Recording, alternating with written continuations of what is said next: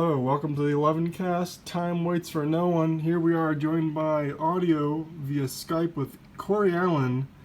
Cory, who are you? I am a writer, a podcaster, a music producer, and a meditation teacher. Okay. And you have a podcast called the Astral.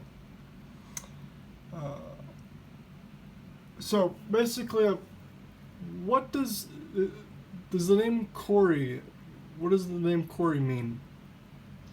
If you research the etymology of the word, in Gaelic Irish, it means either hollow, as in like a negative space, or a cavern. Huh. And how do you feel about your name? I don't really have an opinion on it one way or the other. It's not really something I think about. I appreciate that it's short because it just, you think about the amount of time that you say your name or someone says your name over your life, that adds up to a lot. Get right to the core of it. A lot of syllables, man. So it just gets to it. Yeah. Yeah. It gets right to the core of it. Well, that's interesting. Cavern. I thought you'd be an interesting first guest to have on because of your podcast, The Astral Hustle, and your idea of, or what I think your idea of the self is. I have an idea of what I believe the self is, which I believe is beyond skin deep, beyond, my body, my physical appearance, the things I wear, the things I am. But I wanted to ask you, who are you? And also, you can answer this however you want. I know this is really weird. I wanted to know the significance or thought behind the name The Astral Hustle Podcast. Sure, man. I mean, are you asking who am I in a, philosophical sense as far as what I identify as my, identity and selfhood and ego and individuated awareness? Is that what you're asking me? Yeah, that's actually why I thought it'd be really funny to have you as a first guest, because I kind of had this notion that you would have multiple perspectives on it. Yeah, I do. That's why I was trying to clarify exactly what you wanted. So however you want to answer the question, you could answer it both ways, or you could do it one way.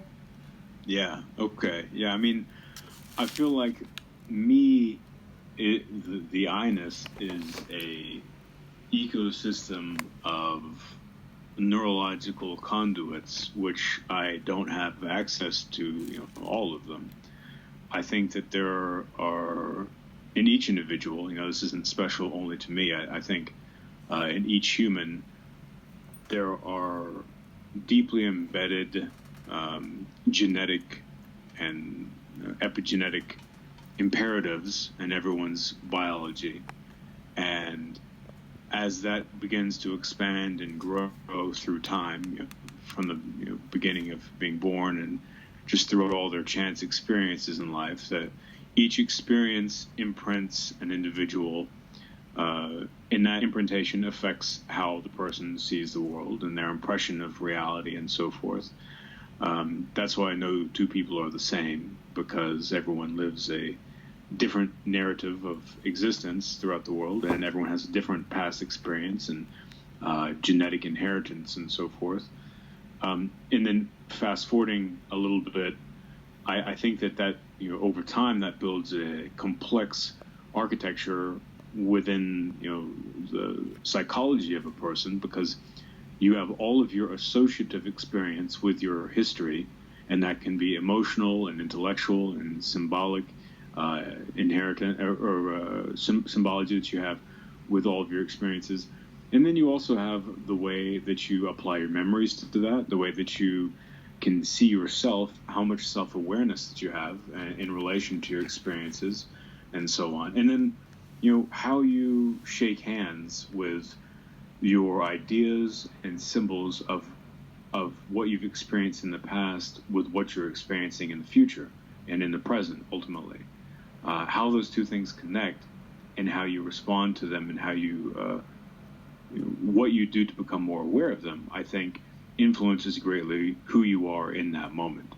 The tricky thing, of course, is that it's not possible, I don't believe, for any individual to be aware of the complex subconscious tapestry and network that's happening underneath our membrane of conscious awareness. Ultimately, I think if you talk to, which I have the great pleasure of getting to talk to some cutting-edge neuroscientists on my podcast, is that more and more neuroscience is hypothesizing that they're actually, what we experience as conscious awareness is a harmonic of a infinitely reductive network of subconscious threads. So really, we are aware of a very minimal, in very narrow slice of what's actually happening inside of our brains. It's sort of like our subconscious is getting over on us and controlling us in ways that we can't possibly even understand.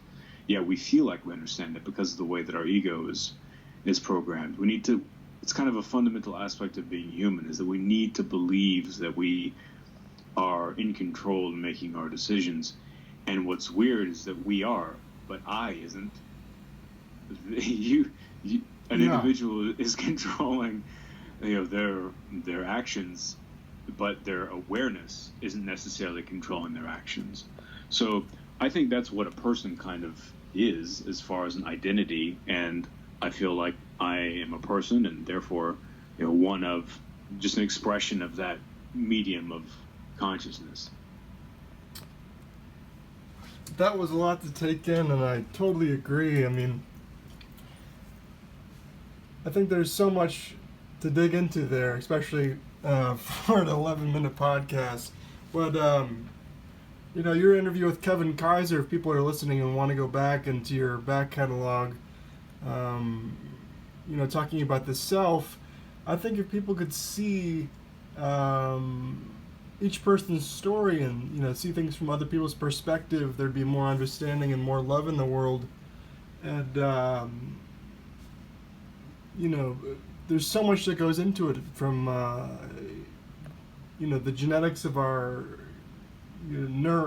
neurological makeup to our life experiences, and the things that we experience shape our subjective reality, and the subjective reality of one person is their true reality, and it's hard to,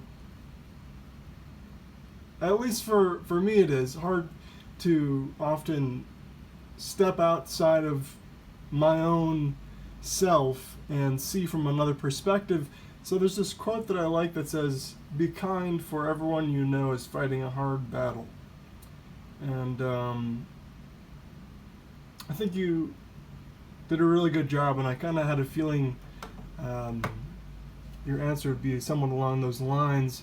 We're coming to the 8-minute mark now, so that means we're coming close to the end of this episode. And